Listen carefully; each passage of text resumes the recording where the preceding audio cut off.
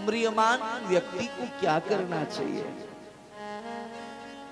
ये शरण मरण धर्मा है, सबको एक दिन नष्ट हो जाना है। पुनर्जन्म में तो हम सब भरोसा रखते हैं ना। जीवन को जीने के लिए, परिवार को चलाने के लिए अर्थ युग में न चाहते हुए भी कई बार अपराध हमसे बन जाता है। कभी व्यापार में, कभी व्यवहार में, कभी अध्यात्म मार्ग में हम सबसे अपराध बनता है, जाने अनजाने में। कभी मन से तो कभी वचन से तो कभी कर्म से अपराध बन जाता है। बहुत ध्यान से समझिएगा। तो यह प्रश्न सिर्फ श्री परीक्षित जी का नहीं, और यह प्रश्न हम आप सबका है कि म्रियमान व्यक्ति को क्या करना चाहिए। सिर्फ व्यापार करते रहें, परिवार चलाते रहें, लोक धर्म को निभाते रहें, क्या यही जीवन का उद्देश्य है? शरीर नष्ट हो जाएगा फिर क्या होगा? म्रियमान व्यक्ति का धर्म आखिर है क्या? जिसको पता है हम मर जाएंगे, उसको क्या करते रहना चाहिए जिससे पुनः अगला जन्म जो है या तो मोक्ष प्राप्त हो अथवा तो फिर मनुष्य योनि और किसी वैष्णव परिवार में, किसी भक्त परिवार में और भारतवर्ष में जन्म हो, जिससे हम भगवत चरणारविंद में लगे रहें। इसके लिए हमें क्या करना चाहिए?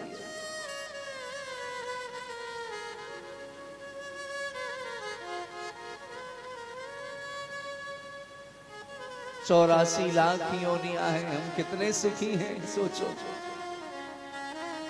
देखो कैसी कैसी योनियां होती, कीड़े, मच्छर, खटमल, खतिंगे।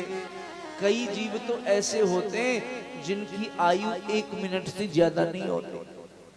कई जीव ऐसे हैं जन्मते हैं और मर जाते हैं। कई ऐसे जीव होते हैं जो जन्मते हैं जिंदगी भर नाली में पड़े रहते हैं। हाँ? अभी मनुष्य योनि में हमारे थोड़ी देर लाइट चली जाए तो इतनी तकलीफ होती है, सोचिए। और कहीं हमारा डिमोशन हो गया जी इस जीवन के बाद, तो सोचो कैसे रहेंगे। तो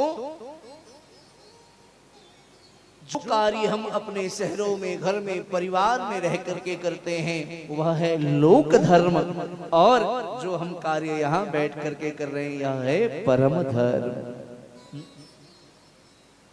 उससे इहलोक सुधरता है और इससे इहलोक और परलोक दोनों संभल जाता है। तो म्रियमान व्यक्ति का क्या धर्म है, कृपा करके बताएं। सुखदेव जी गदगद हो गए। परीक्षित धीरे जैसा श्रोता मिले तो हृदय गदगद हो जाए, वक्ता का मन प्रसन्न हो जाए। तू चक्रवर्ती सम्राट है, मुझे तो लगा तू पूछेगा आखिर मैंने ऐसा क्या किया जो मुझे ऐसा सांप लग गया। महाराज सांप से मुक्ति मिल सकती क्या? फिर से मैं राजा बन सकता हूँ क्या? गद्दी कौन छोड़ना चाहता है बोलो? लेकिन तूने यह नहीं कहा, तूने कहा प्रियमान व्यक्ति, क्योंकि जीवन के सत्य को तूने समझ लिया। मैं प्रसन्न हूं तुझ जैसा अधिकारी श्रोता मुझे मिला। भगवान सुखदेव कहते हैं वरियारे सते प्रश्न कृतो लोक हितो नृपः आत्म विसम्मतः पुंसां श्रोतव्यादेषु यः परः। सुखदेव भगवान कहते परीक्षित आपका यह प्रश्न बहुत अच्छा है और ज्ञानी जनों के समान तुमने यह प्रश्न किया है, और तुम्हारे इस प्रश्न से तुम्हारा ही नहीं, जब तक ये वाणी रहेगी तब तक संसार का कल्याण होता रहेगा।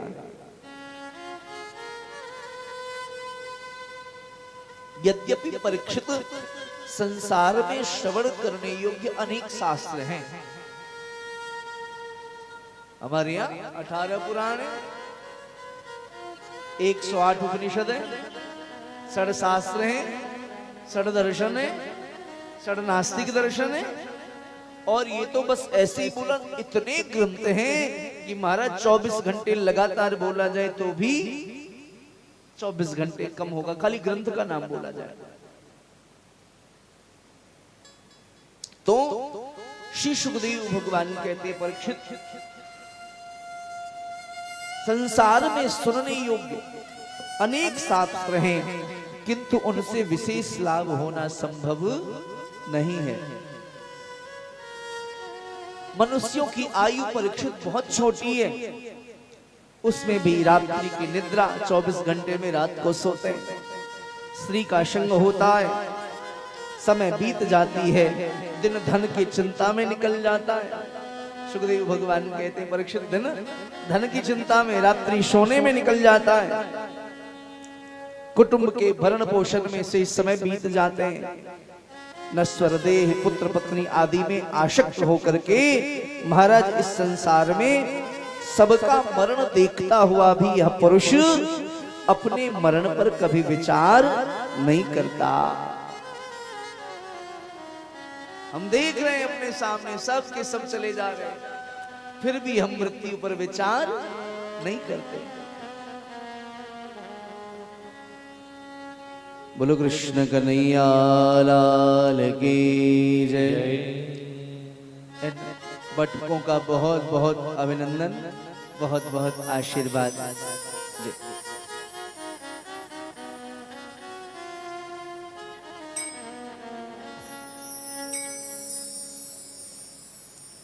श्री